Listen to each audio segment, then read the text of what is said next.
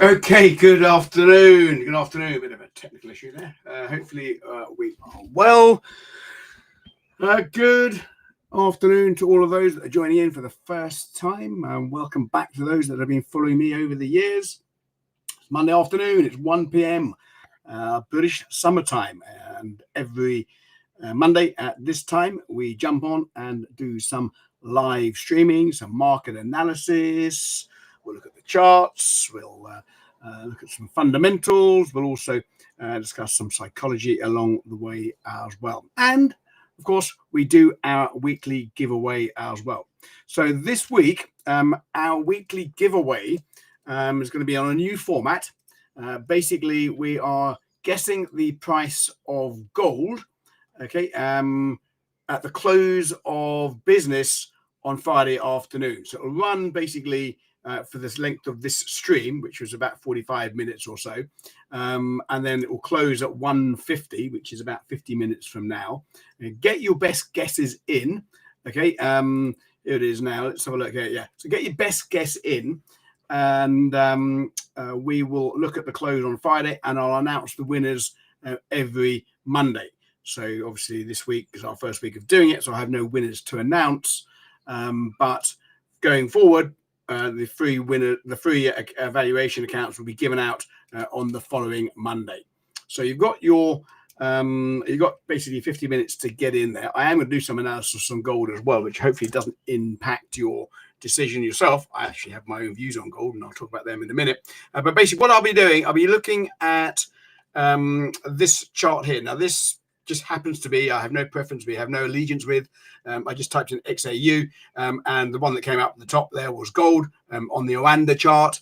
Okay, so this closes at 5:59 on Friday, that's New York time, Eastern Daylight Time, which is 11 o'clock or 10:59 UK time if you're here in the UK, and of course you can work it out wherever you are in the world. So basically we're using this chart. At the moment, gold is trading at 3,224. Okay, you can do decimal places if you want to be even more accurate rather than having a tie break. That's basically what we need to be doing. Now there is a form, I think we dropped it in the chat as well, and that will be dropped in a couple of times. Where do you make the submissions? Yeah, I think there's a form coming out where you can basically put in the best guess. Alan says, where have you been? I have been, I tell you where I've been. I've been scuba diving in the Philippines. So we had some fantastic time out there. I actually went on my own, but it was, look at this. This is, now you've asked, I've got to do a bit of name dropping. This is me last week. Okay, so that's me. This is the turtle I found at about 20 meters down. Very, very placid he was. He did actually move from there a couple of minutes later and sort of glided up to get some air. But it's fantastic week diving, 30 degrees in the water. Really, really great fun. So if you missed me, Adam, did you miss me? Pip Pray, yes, how was the diving? Fantastic. Lovely and warm, as I said. Good morning, Azar. Trudy. Just out of interest, I know I do this sort of each week, but it's a good idea for me to know who's listening in to me, around the world. So do you let me know where you're listening in from if you haven't done so already? I know a few of you already, but if you don't, if you're joining in for the first time, let me know where you are, where you're tuning in from. And also let me know the level of experience you're at. Are you funded? Are you trading at the moment? Are you beginner?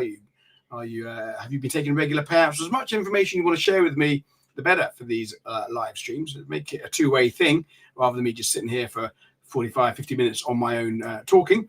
If you can get engaged with me, it makes it all flow a lot better. Goswell and Dominic says double top on the daily. Yeah, that's right. We have got some. We've got some bearish price action, I think, coming into the gold. We'll talk about the reasons why gold is in such a mess at the moment. Gold is, what is it, down almost 8% from the highs a couple of trading sessions ago. So Kyle's listening in from New Zealand. Good to hear you there. Good to see you there.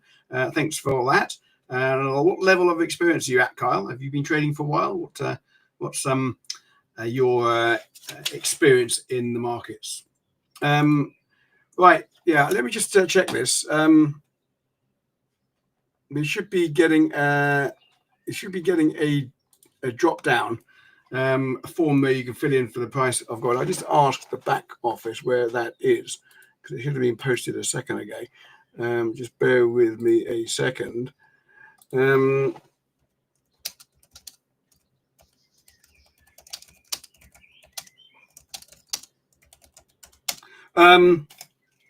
Yeah, so you've got one guest per person, and obviously you need to put in your email address so we can contact you. No point putting in a fake email address because obviously we won't be able to contact you should you win. So make sure that you put in the correct email address. As I say, that form should be coming up very soon. Right, so who else do we have in the house? We've got Pip Prey. Yes, I spoke to you. I've spoken about that. We've got Julie's Cash Ithian. Hello, good afternoon.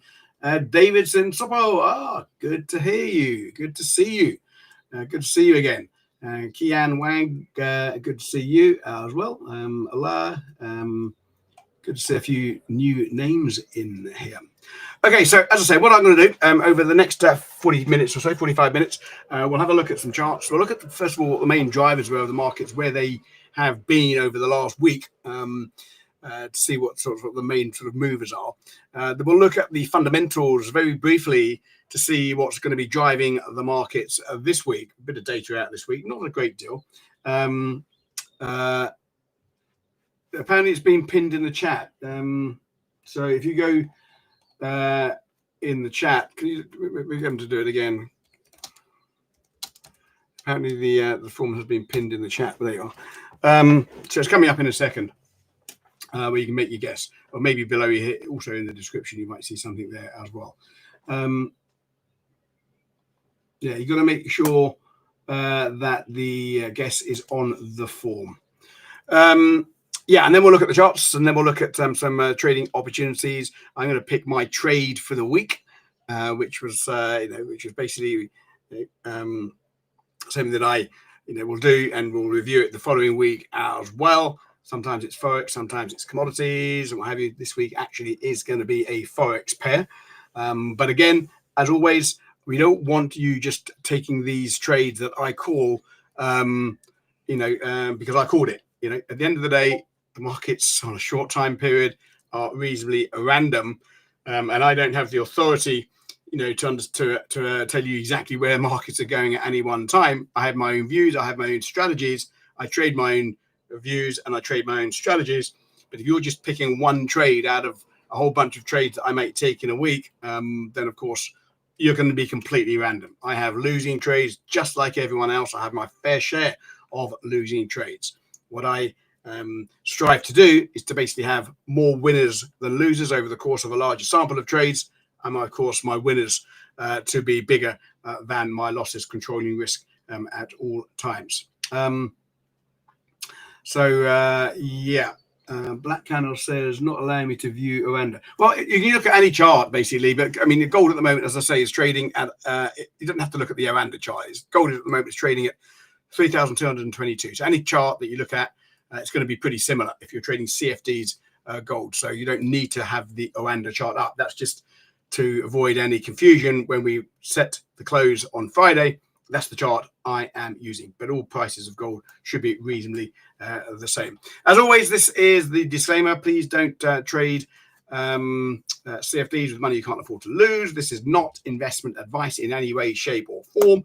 It's purely meant for entertainment, education, and take from it what you will. But don't think you're going to come onto this live stream and me to tell you the future, predicting the future. Remember, trading is all about having an edge in the markets and letting that edge play out over time, not on just the odd call. Okay, so a bit of a quiet week. I did get back last week from Asia, so it was a bit of a a bit of a quiet week last week. I think the main drivers of last week that we were sort of like talking about was really the FOMC. That was the Federal Open Market Committee. That basically is the US interest rates. They left their interest rates unchanged at 4.5%, much to the annoyance, of course, of Donald Trump. So rates are unchanged. Powell, I think, has been less likely maybe to cut interest rates, certainly with the uncertainty of the trade tariffs. And what we've seen basically is the dollar being supported by the fact that the Fed are looking at keeping their rates maybe higher for longer. Again, if you look at the Fed Watch tool, let me just pull that up now if I can. This is something that I always rely on when I'm looking at interest rates for potential views or where the dollar will be. You have to have an underlying sort of feel for where the dollar is, and then trade, your trade throughout the week accordingly. Using something like this. This is basically the futures rates, telling you where interest rates are likely to be. Again, I'm not affiliated with these people at all. It's the CME group. Never spoke to them. Not affiliated at all, but it's a really good free resource that you can use. At the moment, interest rates at 4.25%. As you can see here, if you follow my mouse, 4.25% to 4.5%. The next meeting is on the 18th of June, and there's an 88%, 89% chance that rates will still be at that rate in next month, 18th of June. Happens to be my wife's birthday. There you go. There's only an 11% chance that they'll cut interest rates. But if you look at towards the end of the year, say December 25, there's pretty much, there's a 30, what's that, 35, 66, 77, 78. There's a 78% chance that rates will be at least 50%, 50 basis points lower than where we are at the moment. So the markets are pricing in cuts, but just not at the moment. So rates staying higher for longer. I think it's one of the reasons why we are going to be seeing the US dollar slightly stronger over the last few weeks. As I say, slightly stronger. It's up about 3.5%, isn't it, since this month. And also what happened over last week, well, really over the weekend, was this massive trade tariff reversal. So you know that the big sort of shake-ups in the market for the last month or so was when Trump announced his Liberation Day, whacking all these tariffs on all the other countries, and that smacked the stock market down. Stock market was down, I think, it was down almost 20% at one point. NASDAQ was down 15% at one point, I think. So that was basically shook the markets up. Now they all met over the weekend in Switzerland, and they basically agreed, or China has agreed, and the US have agreed to reverse these tariffs. Now only 10%, and also no tariffs at all on auto with the UK. But more importantly, the turnaround in the tariffs, and that's basically led to a massive move this week on the opening in all the stock indices.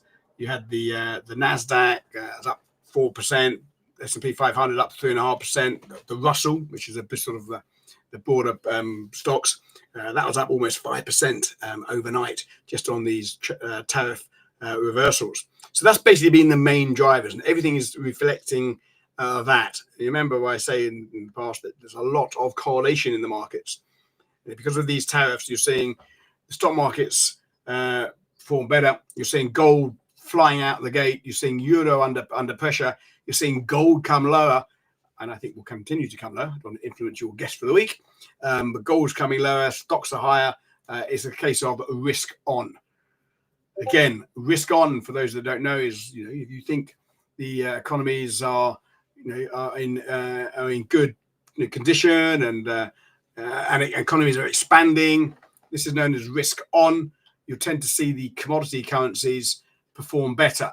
Commodity currencies, obviously, commodities are required when you have an expanding economy, of course, for new machinery and plant and buildings and factories and so forth. So the commodity countries tend to do better. And the commodity countries are Australia, New Zealand, and Canada are the main commodity currencies. So those currencies at the moment are doing the best in this risk-on environment. The countries that are not doing so well at the moment, the currencies are the low yielding currencies, normally the safe haven currencies that traders flock to in times of uncertainty, like the Japanese yen, like the Swiss franc. Those countries' currencies are under pressure at the moment because we're in risk on. I'll show you the momentum meter in a moment. The other thing really last week was that the UK came out with a trade deal with the US. I don't know if it's a deal or not, but certainly something on tariffs there. Taking off auto tariffs, taking off tariffs on steel and copper and so forth. So the British pound has done quite well in the basket. But remember, the US dollar is strong anyway, and the pound is strong, but not necessarily against the US dollar, because the US dollar is strong in its own right. We also had an interest rate cut of 25 basis points down to 4.25, which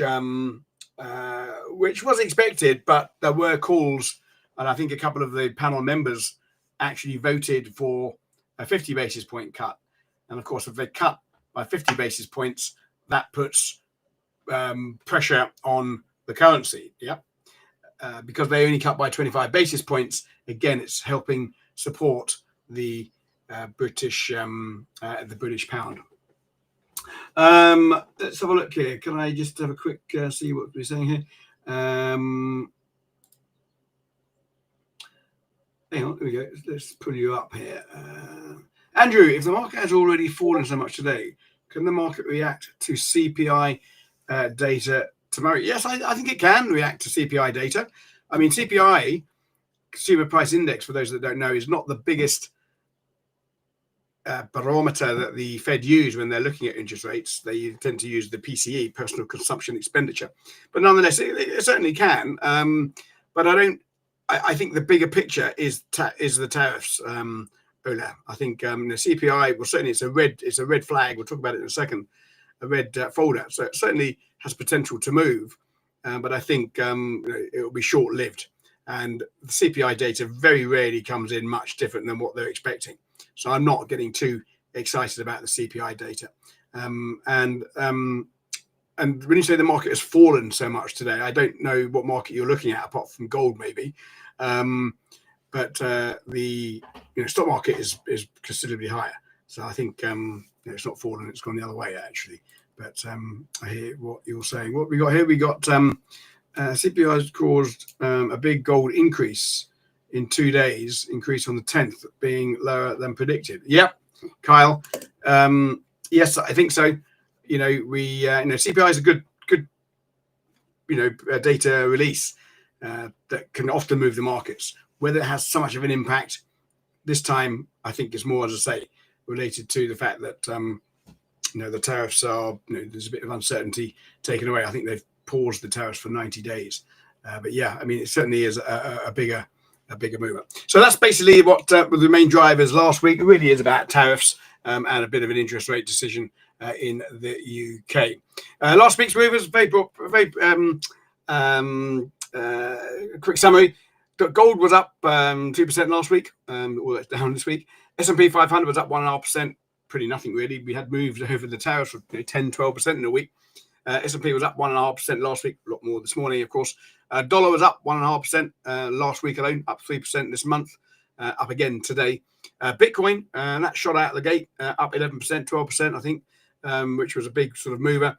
And WTI was also, that's oil, okay, oil up 7.5%. So some big moves in oil and Bitcoin. The rest of the stuff was really pretty quite muted, I think.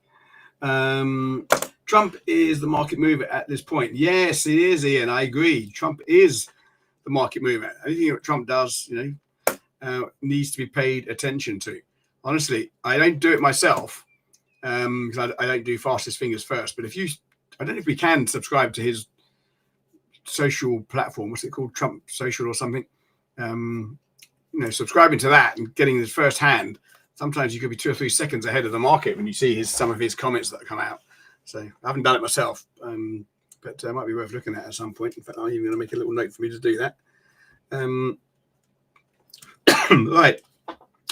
Okay, so these are the market movers. Let's have a quick look then at this week. I don't want to dwell too much on this because I know it's sometimes quite boring, but I do think it's important that you understand, what the markets are doing, why they're doing it. Even if you're not trading the fundamentals, I think it's really important that you understand why the markets are moving in the way that they are. And the other thing, I think, why this is important is if you can explain why the markets are moving in a certain way, it can help you avoid overcorrelation. Overcorrelation basically meaning putting too much risk on a particular direction.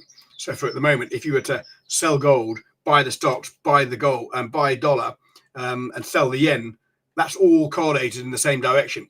If there's a big shift, all of those are going to shift in the opposite direction. So if you understand why the markets are moving, then you could help alleviate this overcorrelation, which is one of the reasons I've seen so many traders, end up, blowing up accounts, giving up accounts, because when the markets turn, they've got so many positions on, and they just get stopped out and everything, and they end up blowing out of assessment accounts, challenge accounts, and so forth. So be aware of that. Okay, tomorrow we've got CPI as we discussed, 1:30 UK time. That's 8:30 in New York. Expected to show inflation dipping down slightly to 2.4% from 2.5%. So not a massive move there. It would need to have a real big move, really, for that, I think, to affect the markets. Governor Bailey in the UK is speaking tomorrow. I think that's a bit more important maybe than he has been in the past, because obviously we've got the MPC last week sort of undecided really whether they should cut by 50 basis points or whether they should cut by just 25 basis points. So we'll hopefully get some clues, although he was pretty, he's on the wires for about an hour on Thursday, so I think, I don't know if he's going to say anything different, but he might do. So you just pay attention when central bank speakers are on the wires. Australian wage price. This is a quarter-on-quarter figure. So it basically tells us where the wages are going in Australia. Now, wage prices are very important when it comes to inflation. Clearly, if people are earning more money, every month, they're getting pay rises. Well, that basically means they can spend more money. And if they spend more money, it means the inflation has a tendency to push up. And the central bank has a mandate to keep inflation around 2%. So we keep an eye on, it's one of the biggest numbers out of the Australia, the wage price index. So keep an eye on that. Slight up pressure on that. I don't know why there's up pressure on wages. I'm not sure why, actually. I mean, thinking about the commodities which have all been lower last month. Now, how can you demand more? This is over the quarter, so that's maybe why. Quarter on quarter since Trump took over. Ian's waiting for New York to push you to TP. Well, good luck with that. Thursday, 15th of May, unemployment rate in Australia. Yeah, unemployment rate in Australia as well. Again, we expect to see a dip lower in unemployment, down to 2.7 from 2.8%. More people employed, more people have money, more people have money, people spend money, up go prices, up go interest rates. The currency should be supported. It's basically how that works. And Australia at the moment, as I said, and I'll show you on the momentum meter in a second, is a strong currency. It's a risk-on currency. So I don't really see any reason this week why you want to start selling the Australian dollar, indeed, or any of the commodity currencies. Again, this is not investment advice. UK, 7 a.m. We've got GDP coming in at 0.0. Remember, 2 quarters indicates a recession. So we're 2 quarters of negative growth, I should say, indicates a recession. So if this dips below, I think this is a quarter-on-quarter figure. Let me just check. Excuse me.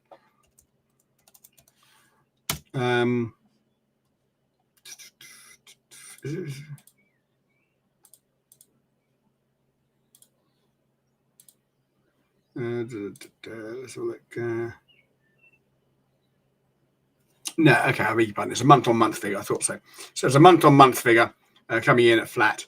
And then we've got some more data out of the US. Okay, PPI stands for personal. No, it doesn't. It stands for stands for Producer Price Index. It's basically what the factories have to pay for their raw materials at the factory gate, and obviously, if the prices are going up, it's inflationary. So we'll keep an eye on that.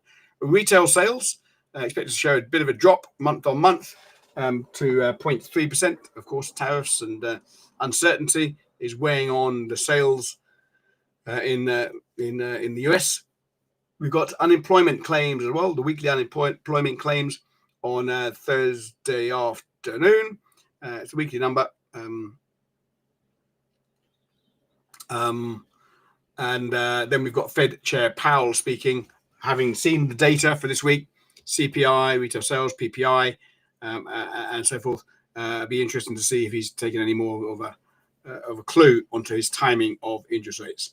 I did show you the Fed Fund futures rate earlier. They're actually pricing in 2 cuts now between now and the end of the year. This time last week, they were pricing in 3 cuts. Okay, so that's one of the reasons, again, why the dollar is so strong. You're looking to get some good trades today. Yeah, I think there's some opportunities in gold, and I think there's some opportunities potentially in some Forex pairs, which we'll talk about in a second.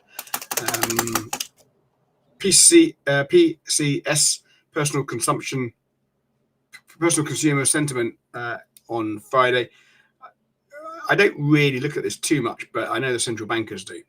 Okay, basically it's a forward-looking indicator, which is why the central bankers love it, because it gives us clues about the confidence. But it's only a survey of 420 people of consumers. There's not very many.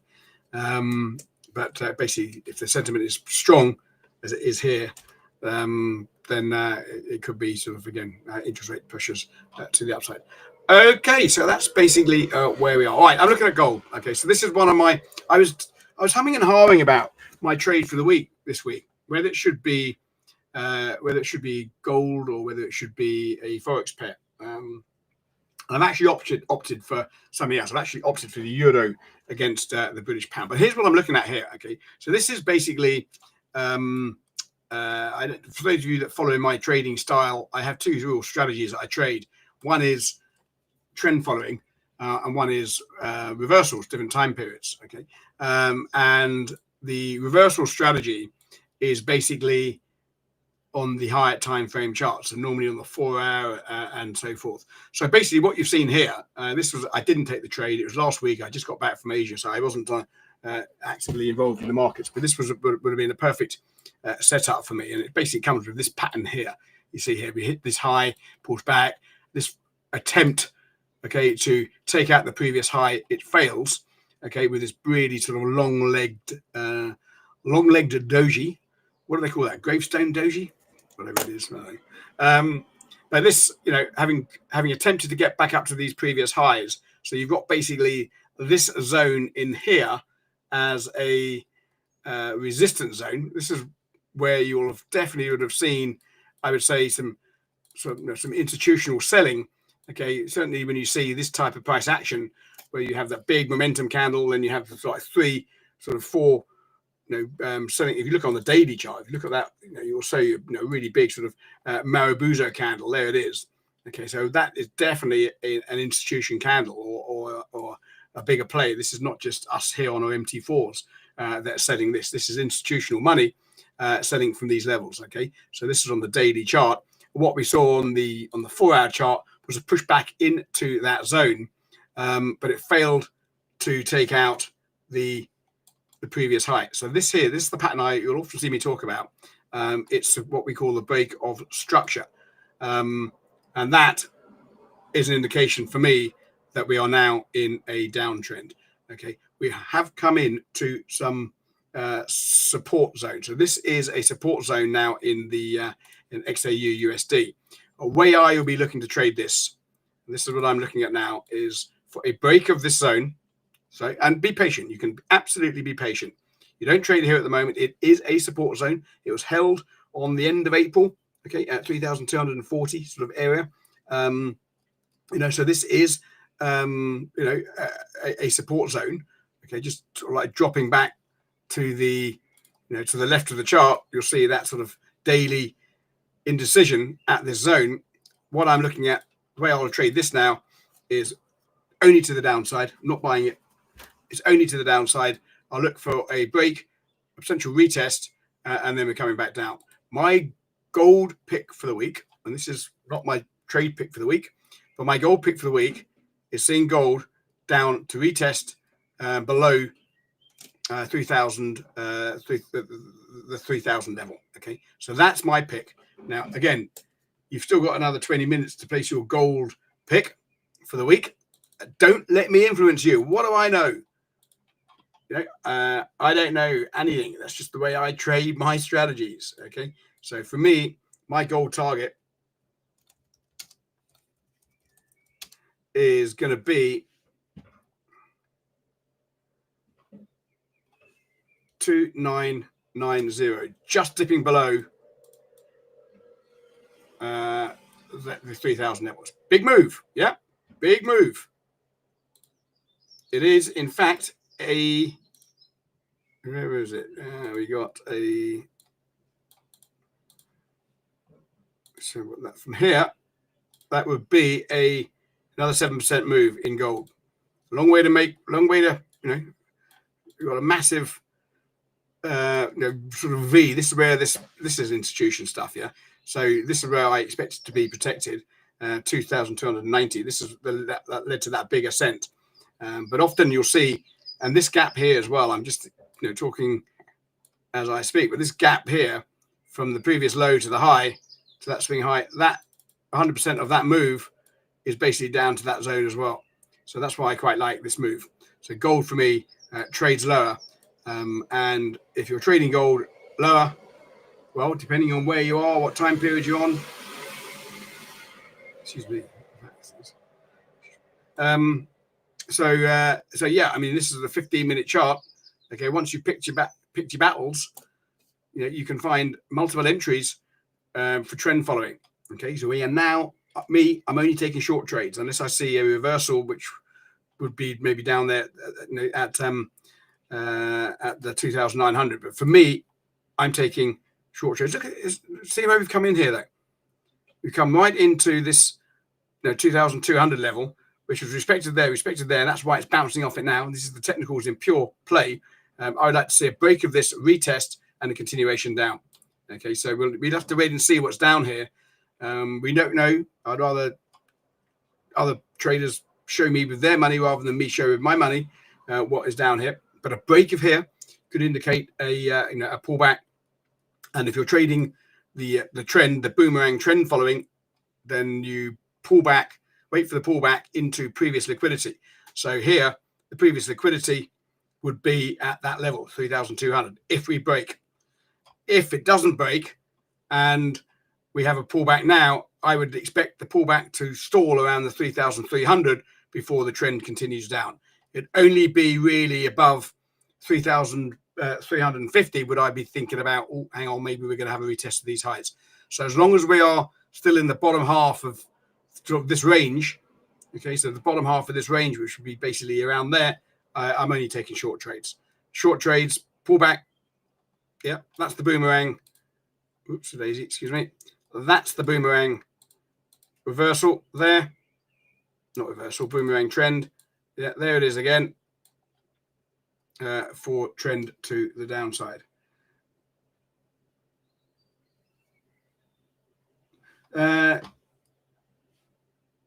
Yes, you seem to have caught a good support zone. Yeah, this is a good support zone. Yeah, so that's what I'm saying. So you wouldn't sell it here. You wait for the break. You wait for the retest. Be patient, and then retest up. Okay. Right. So that's basically my gold analysis. Really, I think we'll trade lower. I'm sticking my neck out there.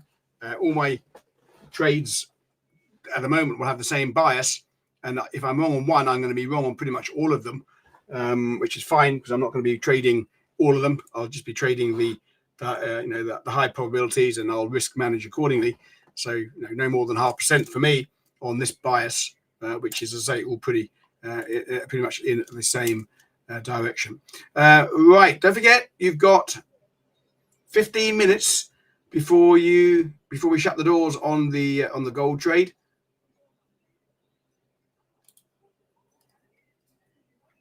Okay, I'll just chop that in there. Yeah, so you got 15 minutes before we shut the door on that. Okay, let's have a look at the stock market. NASDAQ is absolutely flying. NAS 100. Okay, big gap. Here we go, 4 hours. Here we go. Right. Now, one thing I've been saying, trying to teach over the years with trading, it's all about having an edge. Okay, it's all about having an edge and exploiting it over time, only taking the high probability setups. At the moment, the NAS, I'm only buying the NASDAQ. The NASDAQ now is in an uptrend. It's as simple as that. But do I buy it here? I think this zone we're coming into now is a zone that I'm really going to be cautious about buying into. Okay, I think it will break through. So I'm happy to wait for it to break through. I'm happy for the market to reveal its hand. Is the institutional selling up here? There certainly was before. Yeah, we bounced off it a whole bunch of times back at beginning of the year. Then Trump got in. We had the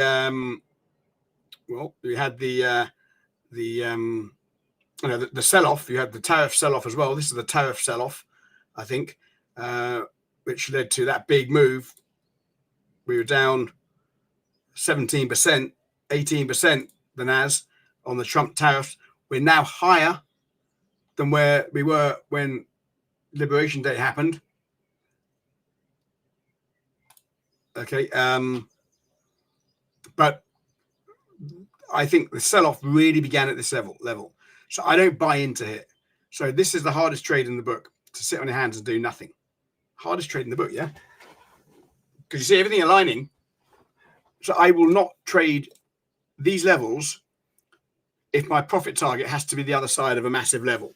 It's all about having an edge and going with a trend for me intraday, not buying in front of huge resistance and not selling in front of huge support. So at the moment, I'm going to let the market show me its hand. I don't mind missing this. Okay. Had you been over the weekend, you'd have been a nice trade. But for me, seeing this level, I'm only buying unless the markets will deliver me a reversal pattern. And the reversal pattern will be a test of this. So, for example, on the 4-hour chart, okay, the 4-hour chart, a test of this zone as we're testing now, a pullback, another go, fails to take out the initial test, that then would be my reversal. And my stops are going to be above the failed swing high. So your stops would be above there, and your profit targets will be somewhere potentially down here. You usually get 3-1 on that. Filling the gap gives you 2-1. Yeah, if that was to happen. I mean, obviously we don't know what's going to happen on this pullback. But I'm a trend follower on the lower time frame charts, high time frame reversals. If this market does hold these levels, that's why I'm not going to buy into it. I'm not going to buy through that level. It's increased risk, but I will mark a little notification up to see if we get a retest. So the NAS, my overriding view is that we trade higher. I don't buy it here until we break through the resistance and then come back to retest the resistance, and then we go.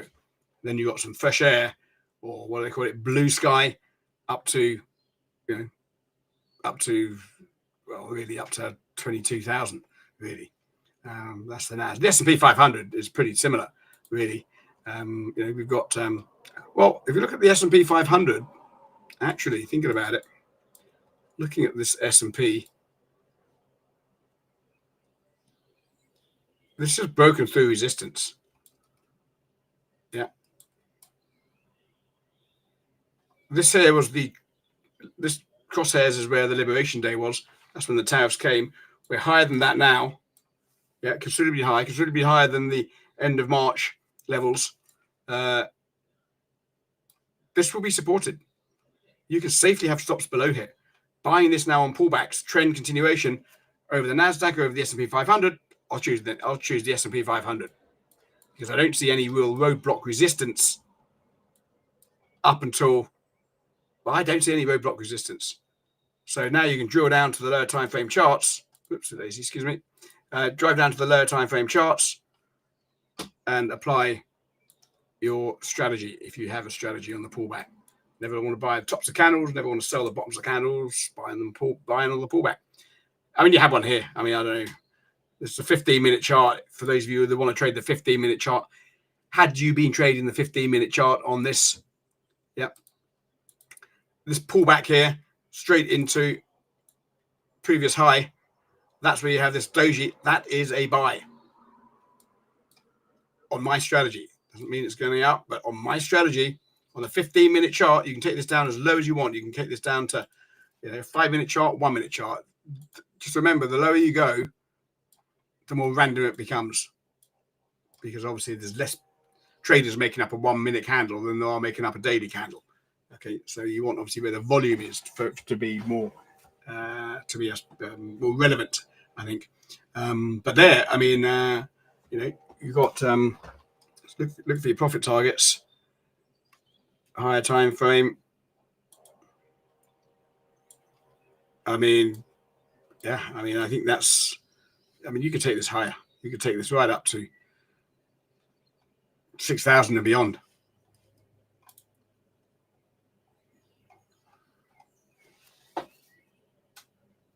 Thank you, Devanish Kalaya. Thank you very much. That's what it's all about. Okay, so Ola, which time frame? We got a question coming in here from Ola. He says, which time frame do I open trades? So the reversals are using. So the reversals are the bigger picture. Yeah. So I'm using the daily liquidity areas, support and resistance, looking at price action to see how prices behaved at those levels before. Big Marubozu candles, that's the big momentum candles with no wicks really. That shows you normally that there's decent selling, decent or buying, decent volume going through. You can't still tell volume going through the Forex market CFDs because it's all, decentralized exchange. But the candles give us the best picture to tell us what the volume is. So I'll look at that on the daily and I'll enter on the 4 hour. If I'm trading trend, and I don't have much time these days, but since I'm sort of running the education here and obviously before but my daily trend following is generally on the 1 hour and the 4 hour. So confirming high time frames, make sure you don't get roadblock resistance, make sure you don't get roadblock support, and using the 1 hour chart. That's about as low as I want to go these days. I lost a shed load of money in 2005, 2006 when I came out of the trading pits. I thought I was a trader, and then I got onto the screens and just lost. I just get shuddered to think how much I lost, and I was on the lower time frame charts because when I was in the trading pits, wearing that jacket that you see behind me there, I was literally on a 1 second chart or less. I'd buy on one hand and literally buy and sold within the same sentence. Buy and sold, total scalping, really. Too old for that now, really. But yeah, I mean, 5 minutes on the entry. Yep, if you've got the patience for that, you've got to have good discipline. If you're trading the lower time frame charts, you've got to have a good discipline. 5 minutes are. I will tell you now, Ian, and I used to be in the investment banks. I can tell you now, the top traders are not looking at the 5 minute chart in gold. The institutions, they're not looking at the 5 minute chart. I'll tell you that now. It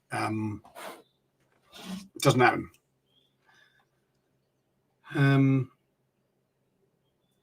Ian, how long has it taken me to develop all this fundamental information to make it seem so easy to read off? I struggle to interpret the data. I'm interested in it, really. I left school with no qualifications at all, Ian. Sorry, not Ian. Yeah, Ian. So I left school with nothing, literally nothing. Straight into the London Stock Exchange when I was 18 or 17. And it's the only thing I've ever been interested in is markets. And because I'm interested in it, I just picked it up. I was always reading. I was always talking to people. So I just so forever. But for me, Ian, it makes total sense. It's all related. Economics is just a science. It just makes total sense. Yeah. Capital markets are just one big pot of cash moving from asset to asset with fund managers all looking for a better return for their customers. It's just one. Now, and what are they basing it on? Well, they know that central banks move interest rates, and interest rates go where the currency should go. And so, yeah, I just find it interesting. So, but you can do it. I mean, if you, I've done a course on fundamental analysis as well, which you'll be able to get at some point soon, where we talk about all the different fundamentals and so forth. But it's all related, really. So yeah, S&P 500. Look for the pullbacks and continue high. You get some decent risk rewards on the S&P 500. The trade pick I am doing for the week is in a Forex pair, and it's basically, and I saw a comment go through a minute ago. It's basically on the euro against the pound. Okay, so let me just tidy this up a little bit. This is my trade for the week. Right, you've got 3 minutes, folks, before we shut the doors on the weekly competition. I don't know how many entries we've had. Let's see if we can find out how many.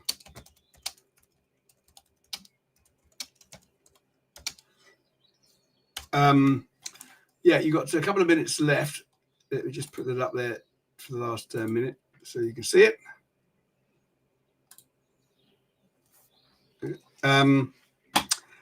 Yeah.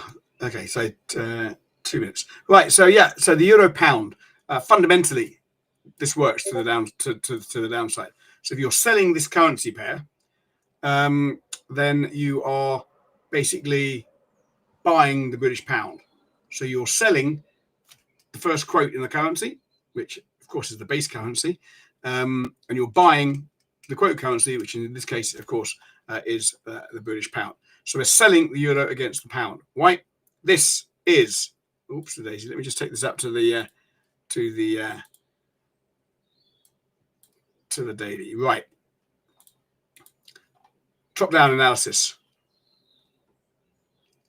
This zone here failed 3 times to the downside. This was last Monday. I'm not sure what was happening, but we had a go. All these short trades have been stopped out. Right? All the short traders have been stopped out. The institutions know that. Okay. The bias is in a downtrend pretty much since the end of last year. Loads of lower highs and lower lows. We've broken through the level of previous resistance. Okay, this is likely for me to have a retest of that zone, and if it holds, I'm taking the trade lower. Okay, so let's just move it down to the end here. So back up to retest this zone, and we move back down to this zone here, which is the sort of the next liquidity area. Okay, my stop is going to be above this failed swing high. Again, don't take this trade willy-nilly. Yeah, stops above the swing high. These go wrong as well as going right. They don't all work, but when they do work, you get a decent risk reward on them, and you get, for me, if you're disciplined, waiting for the pullbacks, you'll have more winners than losers. I think here's just my perception of trading the charts over the years. Being patient and having pending orders rather than taking trades instantly, market orders, often leads to, in my experience, a better success rate. So I'd wait, and I'd quite a bit to leave it if it doesn't happen. Gets back up to 84.50. I'm selling that. My target is going to be 83.50. Okay, so my target for the next week, and we'll see it next week. Come back. Target 83.50 for the week. Please do not trade this. Do it on a demo account or what have you. There you go. Right, remember this whole chart? This is the momentum meter. Right, that's now closed, so entries are done. We've had about 40 entries, which is good. So good luck with that. Good luck with that. If, of course, you can't wait and you want to get trading, you can use that code 15PREM. You get a 15% discount off the 25, 50, and 100K premium trader programs. Okay, so you can get straight in and start trading those with a 15% discount at the moment, should you wish to. I think you guys now, you know, I've been doing this sort of, obviously I've been trading since I left school, but I've been doing the education and trading thing for almost 10 years now. You know, 2015 I started with another company. That's where I got my social media following and what have you, 400,000 followers. You know, the times when we started, you had to use your own money. Now, I was fortunate enough to have a bit of a capital behind me, having worked in the city for 30 years beforehand. But most people didn't have access to big capital. So consequently, they all came into the markets with $1,000 or $5,000 and just ended up blowing up their accounts because, you know, you make 4% on $5,000. It's, you know, it doesn't even pay the internet bill. It's $200. So, you know, but now you have the ability to trade much greater capital. You don't need to take so much risk, and it's risk that kills traders. It's also the risk that makes people get the massive payout, but they never see them again. They blow up and that's it. But if you're serious about trading, taking out an assessment account, being disciplined, and hopefully I can get across this in my teachings with you about discipline and so forth. You know, 3 or 4% a month on a $100,000 account. I mean, that's a decent salary, decent wage. You know, and you can scale that up as well, up to 800,000, I think it is. You know, so, you know, that becomes a decent. I mean, imagine making 2% on an $800,000 account. It's like 16,000 a year, a month, which is more than. It's actually more than Trump gets. Not that he mostly, I think he gets all to Chelsea. Anyway, there they are. They're the discount codes. Right, this is the momentum meter. I mentioned at the beginning of the stream about the risk on. We've got risk on at the moment. The orange line is the Australian dollar. The purple line is the Canadian dollar. And the grey line is the New Zealand dollar. Look at them. They're all pointing in that direction. Okay. They're all heading up. This is on the 4-hour chart. It's quite a good sort of overview of where the currency markets are. And look at the weak currencies. You've got the Japanese yen, you've got the Swiss franc, and you've got the euro. And obviously the green is the greenback. So at the moment, the yen and the Swiss are the weak currencies. This is risk on. You don't want to be buying unless it's reversing, and you've got a reversal fired off on your strategy. At the moment, surely the edge is to sell the yen. And surely the edge, because it's weak, yeah? That's where the money is flowing out of at the moment. Risk on, money's flowing out of the yen and the Swiss. Money's flowing into the Australian dollar and the Canadian dollar. Surely that makes sense to sell or to buy Aussie yen. Buy the Aussie, sell the yen. So I look at this and I'll look now to the chart and see if there's any opportunities in the Aussie yen. It doesn't tell me the future. It doesn't tell me it's going to happen, but it tells me where the edge is. All I'm trying to do is get an edge. Okay, this is the Aussie yen. This is our last analysis before we went away, before I went off for my Asian trip. Great boomerang trade right down to profit target. Take that off now. It's hindsight. But here we are. Okay, so you've got liquidity up there. You be careful here. You don't buy in here if your profit targets are up here. Sit on your hands. But if it pulls back, well, a pullback for me, be patient, pending orders. Reasonable size pullback. Trend is still with you. If we get to here, we're still in the top 50%. Okay, so you want to be thinking about placing stops below these swing lows, profit target up there, you get a decent risk reward. You've got strong currency against a weak currency.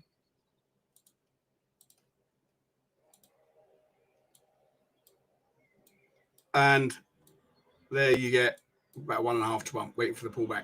Be patient, waiting for the pullback. Again, buying strong, selling the weak currencies is the way I trade the currency markets. On the 1 second chart, where were you looking for minor price fluctuations? He says, when I was in the trading pits, I wasn't looking at that. I didn't have any. We didn't have charts. I just looked at people's eyes and hand signals coming in. I could tell. It's funny if you see, like, very briefly, when you're in the trading pits, you use your hands. So that's buying and that's selling. Okay. So if Goldman Sachs were to come into the pit, for example, normally Goldman Sachs, big player, yeah? If he would be looking at everyone that had their hands out, everyone's going, yeah, 5 for 50, 5 for 50, whatever it is. That means they want to pay 5 for 50 contracts or whatever. If he's looking at all these people with their hands out and not looking at the people with their hands like that, well, there's a good clue, I used to think, that Goldman Sachs, yeah, is about to sell it, because he's looking at all the people that are buying. And if I can get in front of Goldman Sachs and sell it before he sells it, I take my money and I'm down the golf course. So that's basically how that works. Swiss. So CAD Swiss. What about the CAD Swiss? CAD strong. Swiss is weak. Anything going on there? Well, possibly. Nice little pullback here. You've got yeah, this is a trade. This is pulling back into this liquidity zone. Here you'd expect to see support coming in. Yeah, this big green candle, there's volume going through there. The buyers that maybe that took this through, they don't place the whole order in at one time, do they? They place the bits in at a time. They place, I mean, not CAD Swiss. I don't know how much volume goes through here these days, but it's no splitting, so they'll have more orders in here. So once it pulls back to here, we're likely to see potentially all these orders supporting this market. All these people that bought it are going to protect their buyers. So this pullback, for me, off it goes. Profit target's up there. Stops below the swing low. Get your strategy written down. I teach the strategy as well. More about that another time. But that's where your trade would be. Just there. Forget about it. If you want to make 2% a month, 3% a month on a 200 grand account, decent income, 3%, you don't need to be in a trade every 5 minutes, in my opinion. Right, folks, I will leave that there now. That's basically went on a bit longer than we thought, but that's okay. We had a bit of interaction, which is good. If you found that useful, let me know. If you think it's worth doing, do let me know. I don't trade many trading pairs these days. No, I don't. No. In fact, I trade a lot less now than I've ever done, really. The last 2 or 3 years, I trade a lot less because I'm more involved in, obviously, the education stuff. People say, why, if you're so good, why are you doing education? Because I've been doing it for 35 years, 40 years, and this is much more interesting. There's only so much, you can make. It's really simple until we have to mark it on our charts. Well, come and join me. Ian, each week, hopefully, you'll get to grasp and learn more. Okay, and of course, we will be doing some. Calvin, thanks, Calvin. Sitting there in the side. Calvin's been following me for years, so I must be doing something right if Calvin's still watching me. Are you short gold, Calvin? Calvin, I think, followed me from. Were you around in the Forex Signals days? I think you were. Yeah, I think you've been on a few live streams with me as well, haven't you? Maybe we'll get you on talk to the markets, talk to them about your Paul as well.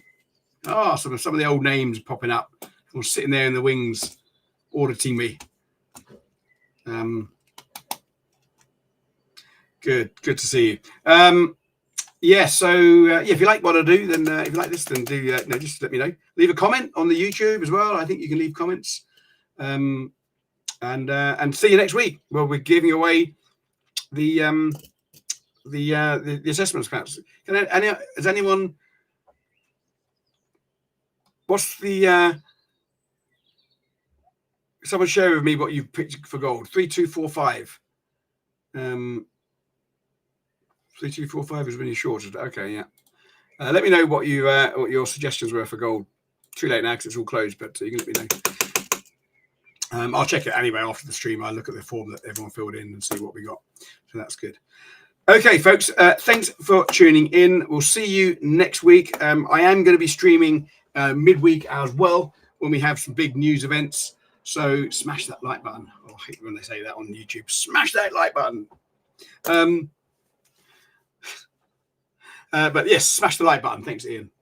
And I will be streaming midweek as well when we have some big events coming up. So it's always worth subscribing to the channel if you don't already do so, because that way you'll be notified the moment I do go live, if indeed we have one that's just done at short notice.